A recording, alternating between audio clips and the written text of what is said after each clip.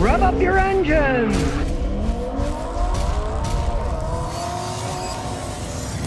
Kid just bought this, a Harley Davidson, 2003, and he got it with like 5,000 something miles on it. Is it possible? Yes, it is. I'm going to tell you how. Now, if you remember my Yamaha story, it sat for a long time. Nobody wanted to buy it. Everybody here in Rhode Island wants to have a Harley Davidson. And so I got this dirt cheap.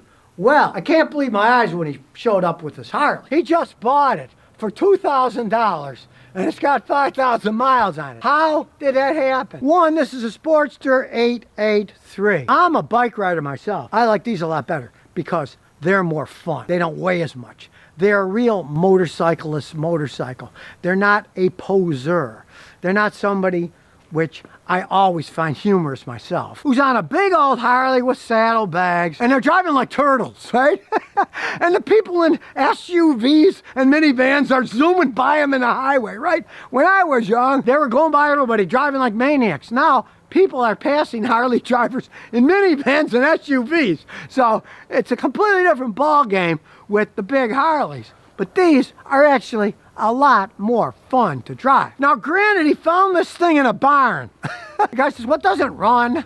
Didn't have any gas in it, had a dead battery. He went with his Frontier, threw it in, took it home, went to AutoZone, bought a battery, got a jug of gasoline, put it in, pushed the button, and voila, it started up. Now, you might think, well, he was really lucky. No, these are air-cooled motorcycles. Air-cooled engines can sit a really long time. I had British motorcycles that sat for 15 years, and I do the same thing. I throw a battery in, put some gas in. Of course, they were really old. They had ticklers on them. Each carburetor had a little tickler. You pushed it until gas came on your fingers, kind of made your fingers smelly. Then you'd kick the thing over and away it went. Air-cooled motors, they can sit a long time. The water-cooled ones, a lot of times antifreeze is bad, corrodes, locks up the piston rings. Air-cooled motorcycles aren't really that way. Granted, it had the original tires, so you're talking about 19-year-old tires. So the first thing he did was put new tires on it, front and back. And that's a smart thing because, one, it's a motorcycle. You got two wheels.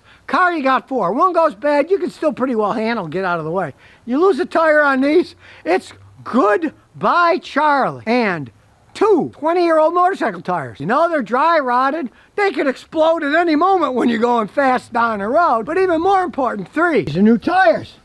Nice and pliable, right? That keeps them on the road. The original tires that were still on it had plenty of tread, but they were rock hard. You know what that does? They slide. You slam on the brakes, you slide. You try to accelerate, the rear tire will slide and the whole motorcycle will fall over. Don't mess with motorcycles and crappy tires. You want good tires. You see cracks, get them. You know they're 20 years old, get new tires. Don't take a chance with your life on tires. Believe me, I've been on motorcycles that got flat tires and it scared the heck out of me. So every time before I ride, I get on a tire gauge and I check the tire pressure. I don't care.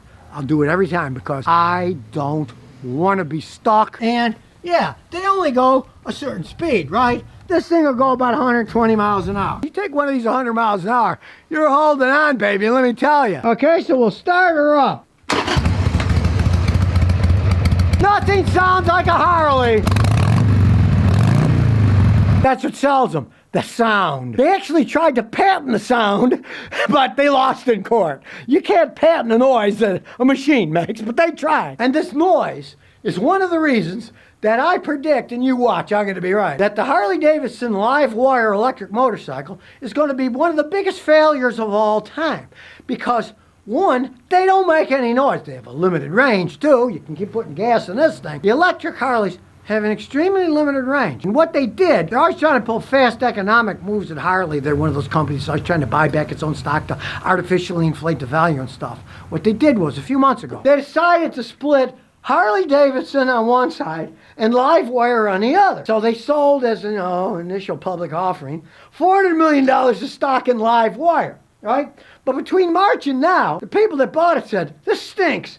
They sold $375 million worth of the stock away. Harley Davidson had to buy it themselves, it would have collapsed. So now Harley Davidson owns 90% of Livewire, which was the company that they said they wanted to split apart. Well, it's not going to work. And you know why? Because these are an American icon. They have an iconic sound. They got the image. Electric versions, They don't make any noise, and if they make noise, it's fake noise. And they have a very limited range. The whole idea of a motorcycle is you get out on the highway. You're free. You can go wherever you want. You can ride into the sunset. Well, if you had an electric Harley, you'd be riding into the sunset. It'd run out of electricity. You'd be stuck on the side of the road. So this thing sat in a barn for almost 20 years, and it started right up. It's mainly because it's air-cooled. Smart. You can see as we go upside down, it's an AGM battery, and what does he do? He watches my videos, so he hooks a battery tender up and has no problems at all. He watches my video. It's the first motorcycle he's ever owned. Kind of interesting, because the first motorcycle I ever owned was a 650 Chop BSA Lightning. Now, it was the fastest production motorcycle in the world in 1966. It didn't even have 60 horsepower. Things are a lot faster today than they used to be. Now, this thing is 47.9 horsepower and 60-something pound-feet of torque. The V-twins have a lot of torque, right? They take off fast. And being that this is his first bike, this is the kind of bike you should get. Don't go out and buy some screaming 200 horsepower Japanese motorcycle. You're gonna kill yourself. That's too much power to handle. This thing's got plenty of oomph. It's a lot of fun. Like when I was a kid back in the day, I had a lot of fun on that BSA, and it went like stink. It's just like this. You get to about 120 and it just stopped. It wouldn't go any faster. But do you really need to go that fast anyways? It's a lot of fun driving these things around. Now, he brought it over to me from Massachusetts. I'm in Rhode Island. It's his first bike. It's the first time he took it on the highway. He said going 70 was just so cool, leaning forward a little. You feel the elements when you're going 70 miles an hour on a motorcycle. Believe me. And like I said, you hear this? So do the people you're driving on the road with. They'll notice you. They'll hear the rumbling. Imagine a silent motorcycle. It's bad enough that people say, I didn't see him on a motorcycle and I ran him over. Well, you can hear this. You cannot hear an electric motorcycle. They might not see you, then they won't hear you, and then no one will see you as it's all over. Quiet motorcycles are not a wise thing. He was just telling me about a friend of his that bought a fancy Charger for about 100 grand. He was going down the highway, the supercharger went and the whole engine went, pfft. Well, there's 100 grand and it broke. And here's two, and it's still going quite well. So really, it just goes to show. Everybody thinks the price of everything is so sky high. There's always something out somewhere if you spend a little time investigating. Now, like any motorcycle, you can polish all that out if you want. The rims are still in good shape, and the spokes, they all get like that. And you can get a little Dremel and polish them all up. It's not that hard to do. Being an 03, it's a 5-speed transmission. And he says he wished it had another gear because it's really screaming when you're going fast on the highway. But he's got a girlfriend. If she was riding on this thing when it was doing 80, she'd be back here screaming. But he said she hates it. She's not going to get near it. So, this is the, cool cruising seat. It's got a big old monster one for the passenger. But the guy that sold it to him said, I don't ever want to see it with a big ugly seat on the back. And since his girlfriend hates it, that'll probably never happen. Unless he decides to trade it in on a really skinny girlfriend that'll fit in this tiny little thing.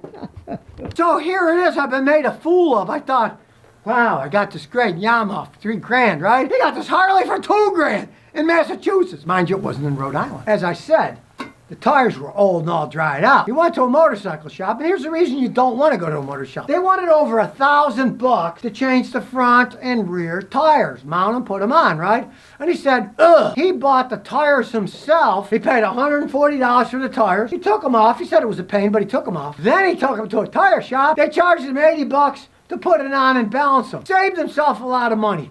Bike shops, most of them are total rip-offs. They just think, what does this kid know? I'll just charge him whatever I can charge him. I'm a cheapskate. I put my own rims on. I know how to balance them, but really, hey, it only cost them $80 for their work, so that's what you do. Stay away from the motorcycle shops. They're just going to take you for a long ride. They wanted to charge him half of what he paid for the bike to put on 2 tires. It's just ridiculous. So there you have it. A $2,000 Harley Davidson that sounds like this.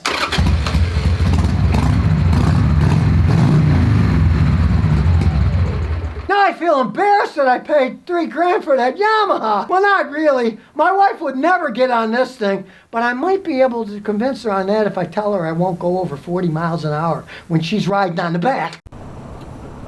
So if you never want to miss another one of my new car repair videos, remember to ring that bell.